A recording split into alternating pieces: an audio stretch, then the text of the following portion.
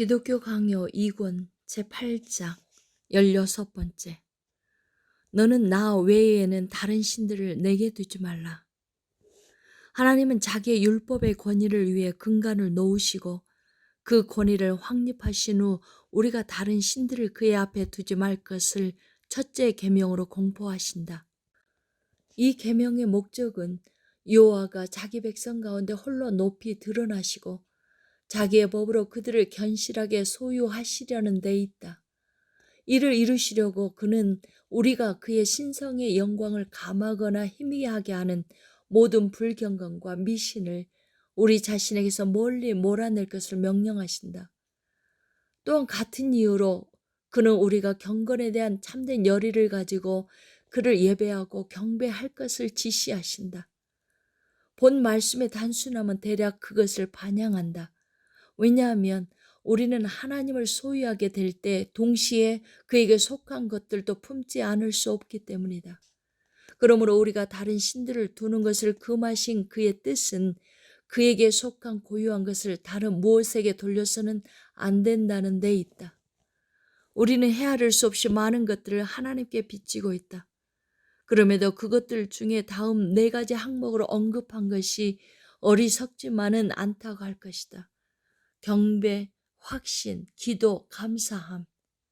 나는 우리 각자가 하나님의 위대하심에 복종하는 가운데 우리 자신을 그에게 드리는 숭배와 예배를 경배라고 부른다.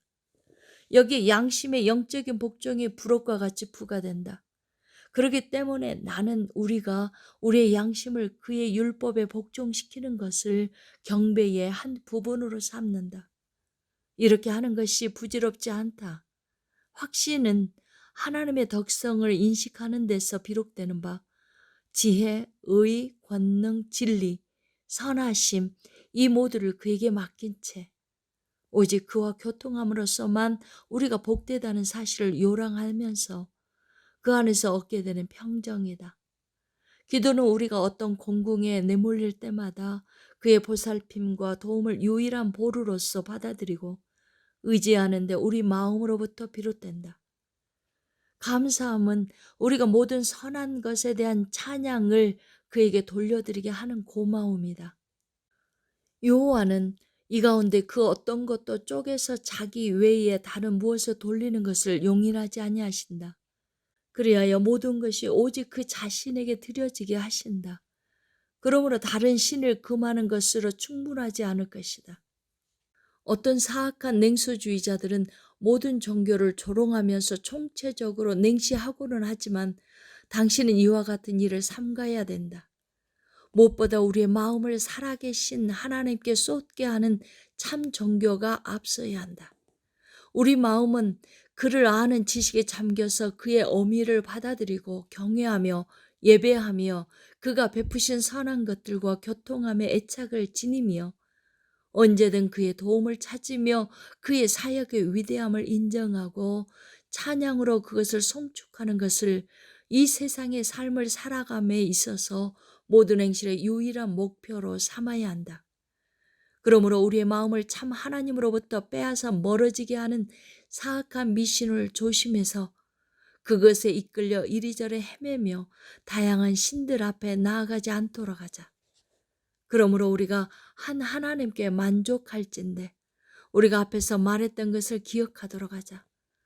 우리는 모든 거짓 신을 내쫓아 유일하신 하나님이 오직 자기 자신에게만 속한 것이라고 확정하는 예배를 산산이 부수는 일이 없도록 해야 한다. 왜냐하면 그의 영광으로부터 한 조각의 파편이라도 취하여 그것을 훼손시키는 것은 불법이기 때문이다. 진정 그에게 고유하게 속한 모든 것은 그 속에 머물러 거하고 있어야 한다.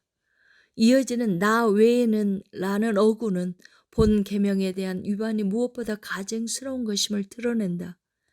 하나님은 우리가 조작해낸 것들을 그 자리에 대신 세울 때마다 우리에게 질투하셔서 진노를 발하신다. 이는 마치 모렴치 않은 아내가 사통하는 자를 자기 남편의 눈 바로 앞에 끌어들여 그의 마음을 더없이 괴롭히는 것과 다를 바 없다. 그러므로 하나님은 현존하는 자기의 능력과 은혜로 자기가 택한 백성을 친히 돌보신다고 증언하시면서 우선적으로 그들이 반역의 범죄를 짓지 않도록 막으실 뿐만 아니라 자기 자신이 그들의 불경에 대한 증인과 목격자가 되신다고 경고하신다. 이러한 무모함에는 불경건이 심히 더해진다. 사람들은 자기들이 하나님을 벗어남으로써 보란듯이 하나님의 눈을 속일 수 있으리라고 판단한다.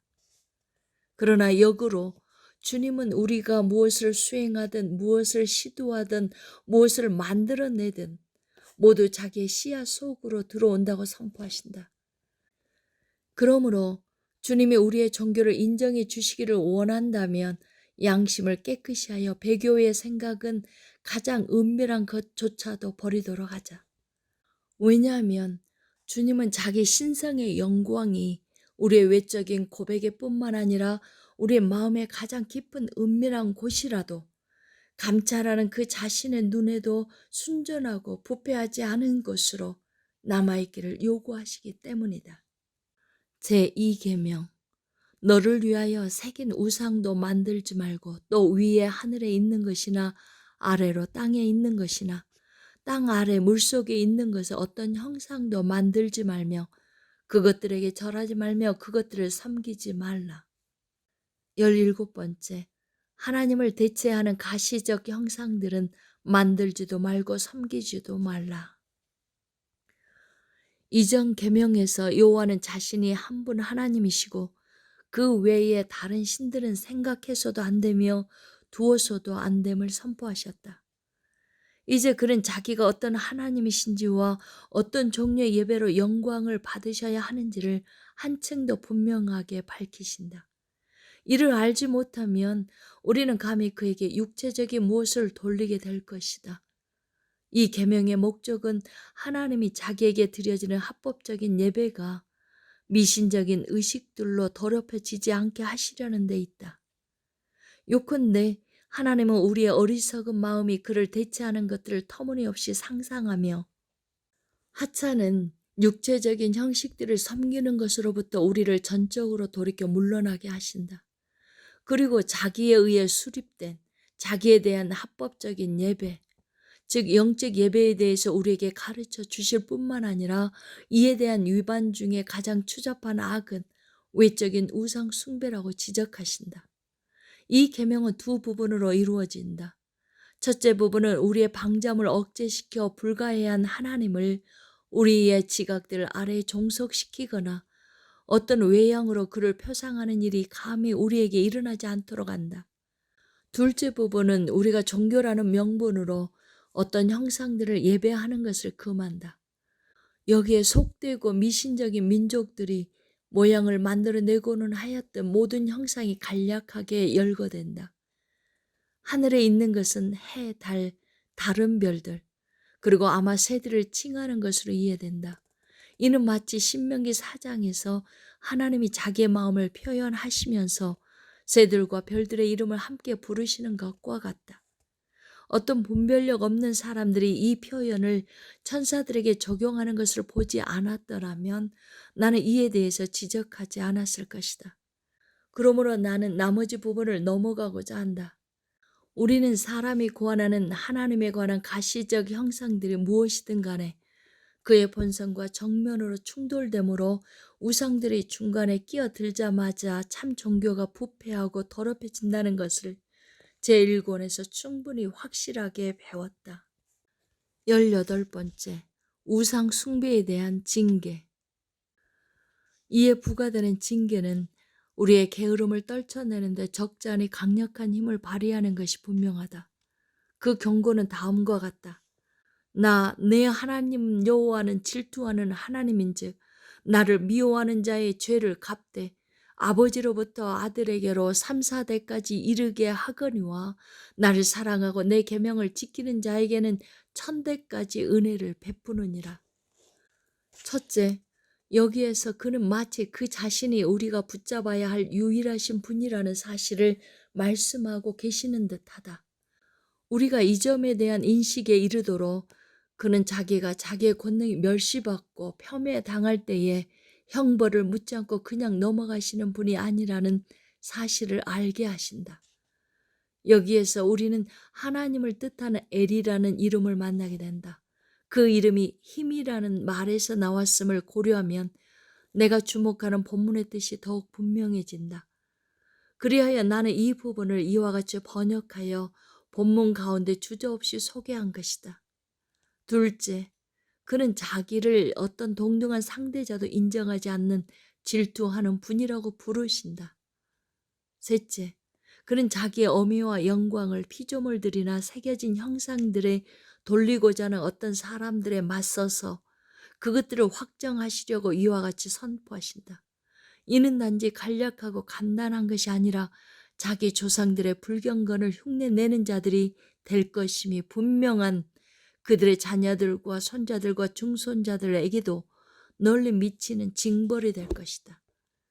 마찬가지로 그는 또한 자기를 사랑하고 자기 율법을 지키는 자들에게는 그들의 후손들에게까지 장구하게 자기의 자비와 선하심을 계속해서 보이실 것이다. 하나님은 매우 통상적으로 우리를 향하여 남편의 역을 감당하신다. 우리는 하나님이 우리를 그 자신에게 묶는 연합을 통하여 교회의 품에 들어가게 된다. 이는 남녀가 거룩한 혼인을 하는 것과 같으며 상호간의 서약에 기초해야 한다. 그는 자기의 모든 의무를 신실하고 참되게 감당하시면서 우리 편에서의 사랑과 아내의 순결을 요구하신다. 그러므로 우리는 사탄에 굴복하여 우리 영혼을 육체의 욕정과 더러운 욕구들에 내어줌으로 오염시켜서는 안 된다. 하나님은 유대인들의 배교를 질책하시면서 그들이 염치를 버리고 간음들로 더러워졌다고 한탄하신다. 만약 아내의 마음이 다른 상대에게 기울고 있음을 본다면 더 거룩하고 순결한 남편일수록 더 많이 진노할 것이다. 마찬가지로 진실함으로 우리에게 장가들은 주님은 우리가 그와 맺은 거룩한 혼인의 순수함을 무시한 채 사악한 유격들에 더럽혀질 때마다 더없이 불타는 질투를 우리를 향해 지니심을 증언하신다. 무엇보다 그는 우리가 그의 신성에 대한 예배를 다른 것에 돌리거나 어떠한 미신으로 더럽힐 때에 진노하신다. 왜냐하면 어느 경우든 예배는 지극히 온전해야 함이 마땅하기 때문이다. 이렇듯 우리가 다른 신들의 눈을 돌리는 것은 혼인 때 맺은 서약을 위반하는 것이 뿐만 아니라 다른 간부들을 끌어들여 혼인의 침상 자체를 더럽히는 것이다. 19번째, 3, 4대에 이르도록 죄를 갚으심. 우리는 그가 죄를 갚되 아버지로부터 아들에게로 3, 4대까지 이르게 하거니와 라고 하신 위협이 무엇을 뜻하는지 깨달아야 한다. 왜냐하면 다른 사람의 범죄 때문에 무죄한 자에게 벌을 가하는 것은 하나님의 의와 공평에 어울리지 않기 때문이다. 이에 대하여 또한 하나님은 아들이 아버지의 불의를 떠맡게끔 하지 않으실 것이라고 친히 확언하신다. 그럼에도 조상들의 죄에 대한 벌이 미래의 세대로 연장된다는 본문의 어구가 수차 반복되는 것이 사실이다. 모세는 한층 더 자주 하나님을 향하여 여호와라 여호와라 아버지의 죄악을 자식에게 갚아 3, 4대에 이르게 하리라 라고 말한다. 마찬가지로 에레미야는 주는 은혜를 천만인에게 베푸시며 아버지의 죄악을 그 후손의 품에 갚으시오니 라고 말한다.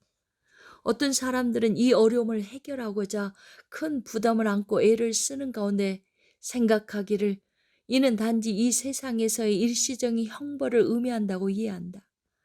자녀들도 자기의 구원을 위하여 종종 해를 받는 경우가 있을 수 있을 것이므로 그들이 자기 조상들의 범법들에 대한 책임을 감내하는 것은 불합리하지 않다는 것이다. 이는 실로 참되다. 우리가 보듯이 이사야는 히스기야에게 그가 저지른 죄 때문에 그의 자손들이 왕국을 침탈당하고 잡혀서 유폐될 것이라고 선포했다. 바로와 아비멜렉의 가문들은 아브라함에게 끼친 해로 말미암아 고통을 당하였다. 그러나 이 점을 내세워서 우리의 현안을 풀려고 한다면 그것은 참된 해석이 아니라 오히려 회피에 가깝다. 왜냐하면 하나님은 여기에서와 다른 유사한 본문들을 통해서 현세의 삶에 국한되지 않는 그 너머에 더 중한 형벌을 선포하시기 때문이다. 그러므로 주님의 의로운 저주는 사악한 사람의 머리뿐만 아니라 그의 가족 전체에 무겁게 떨어진다고 이해되어야 한다. 저주가 몰아칠 때에 하나님의 영이 떠난 아버지에게서 기대할 수 있는 것은 가장 부끄러운 삶이 아니고 무엇이겠는가? 아버지의 불의 때문에 주님으로부터 버림받은 자녀가 똑같은 파멸의 길을 걷지 않겠는가? 결국 가증스러운 사람들의 저주받은 씨앗인 그 손자와 증손자도 그들의 뒤를 쫓아 무모하게 돌진하지 않겠는가? 20번째, 자녀들에게 임하는 징벌은 궁극적으로 그들 자신의 죄값을 치르는 것이므로 하나님의 의에 배치되지 않음. 먼저 이러한 징벌이 하나님의 의에 어울리지 않는지에 대해서 살펴보도록 하자. 만약 여호와가 자기의 은혜를 나누기에 적합하지 않다고 여기는 사람들의 전체적인 본성이 저주받을 만한 것이라고 한다면 그들에게는 멸망이 준비되어 있음을 우리는 안다. 그럼에도 불구하고 그들은 하나님의 편에 부당한 증오 때문이 아니라 그들 자신의 불의로 말미암아 멸망한다. 그들이 왜 다른 사람들과 같이 하나님의 은혜로 도움을 받아 구원에 이르지 못하느냐고 불평할 만한 근거가 어디에도 없다. 이러한 형벌은 사악하고 모렴치한 사람들에게 그들의 범죄들 때문에 부과되고 그 결과 여러 세대에 걸쳐 그들의 가문이 하나님의 은혜를 상실하게 되므로 누가 이처럼 완전한 의로운 징벌에 대해 비난을 가할 수 있겠는가? 그러나 다른 한편으로 여호와는 아버지의 죄에 대한 형벌이 아들에게 옮겨지지 않는다고 선포하신다. 여기에서 논의되는 것에 주목하라. 많은 재난들로 오랫동안 끊임없이 어려움을 당해온 이스라엘 사람들은 아버지가 신 포도를 먹었으므로 그의 아들의 이가 시다라는 속담을 중요하게 여기기 시작했다. 그들이 여기서 뜻하는 바는 이렇다. 그들의 조상들은 형벌을 받아야 할 죄를 지었다. 이는 인정한다. 그러나 그들은 의롭고 그들에게는 형벌이 가당치 않다. 그러므로 그들에게 형벌이 임하는 이유는 다만 하나님의 엄중함이 제어될 수 없는 것이기 때문이 아니라 그의 분노가 달래질 수 없는 것이기 때문이다. 그러나 선지자는 그들에게 그렇지 않다고 선포한다. 왜냐하면 그들 역시 그들 자신의 악행들로 말미암아 징벌을 받는 것이기 때문이다. 의로운 아들이 사악한 아버지의 죄값을 지불하는 것은 하나님의 의에 부합되지 않는다. 본 계명의 징계를 다 이와 같이 여겨서는 안 된다. 주님이 사악한 가정으로부터 자기의 은혜, 진리의 빛, 구원에 이르는 다른 도움들을 거두실 때에 그 자손들은 그에 의해 눈이 멀고 버림을 당한 채 조상들의 전체를 밟게 된다는 점에서 조상들의 악한 행실들에 대한 하나님의 저주를 그들 자신이 받는다고 일컫는다. 그러나 그들 역시 이 땅에서의 현세적인 비참함에 종속되며 마지막에는 영원한 파멸에 이른다는 사실은 그들이 다른 사람들의 죄 때문이 아니라 그들 자신의 불의 때문에 하나님의 의로운 심판에 따른 형벌을 받는다는 것을 의미한다. 이것이 지금 논의하고 있는 사안에 대한 궁극적인 결론이 될 것이다. 21번째, 천대에 미치는 하나님의 자비. 한편 하나님의 자비가 천대에 이르도록 널리 미칠 것이라는 약속이 부여된다. 이는 자주 나오는 성경 말씀과 부합하며 너와 너의 후손의 하나님이 되리라 라는 교회와 맺은 엄숙한 언약 속에 심겨 있다. 이에 대해 솔로몬은 의인의 후손에게는 그 조상이 죽은 후에 복이 있느니라 라고 쓴다. 이것은 그들이 받은 거룩한 교육 때문만이 아니라 분명 이 또한 적잖이 중요하지만 하나님의 은혜가 경건한 자들의 가정들에 영원히 머물 것이라는 언약에 약속된 복 때문이다.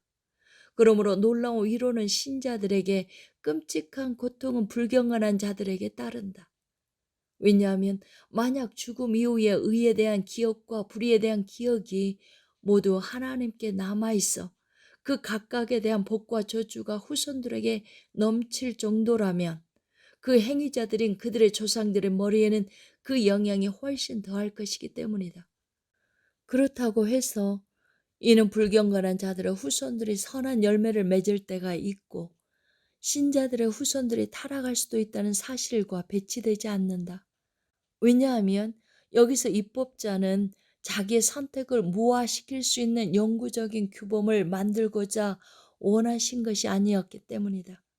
이것은 끝내 의로운 자들이 위로를 얻고 죄인들이 고통을 당하게 되는 징계로서 항상 제 기능을 다하는 것은 아니지만 이 자체만으로도 그저 헛되거나 아무 효과도 없지는 않다. 이로써 그 가치는 충분하다. 비록 많은 사람들이 이 땅의 삶이 끝날 때까지 죄에 대한 값을 치르지 않고 지나가지만 세상의 몇몇 악인들에게 가해지는 현세적인 형벌들은 죄를 미워하시는 여호와의 진노와 모든 죄인에게 언젠가 닥칠 심판에 대한 증언들이 된다. 이렇듯 여호와는 자기의 자비하심과 선하심 가운데 아버지의 은혜를 아들에게 베푸심으로써 이러한 복의 한 예를 제시하시면서 자기를 예배하는 자들을 향한 자기의 끊임없고 항구적인 은혜를 증거하신다. 그리고 여호와는 일단 아버지의 불의를 아들 안에서 찾으심으로써 유기된 사악한 자들 모두에게 그들 자신이 범한 죄들에 따라 어떤 종류의 심판이 기다리고 있는지를 가르치셨다. 본문에서 여호와는 후자의 확실성에 대해서 특히 관심을 쏟으셨다. 겸해서 우리에게는 천대에 미치도록 베풀어지는 자기의 자비가 단지 사대로 지정된 징벌에 비해서 얼마나 광대한지 되새겨 주셨다. 아멘.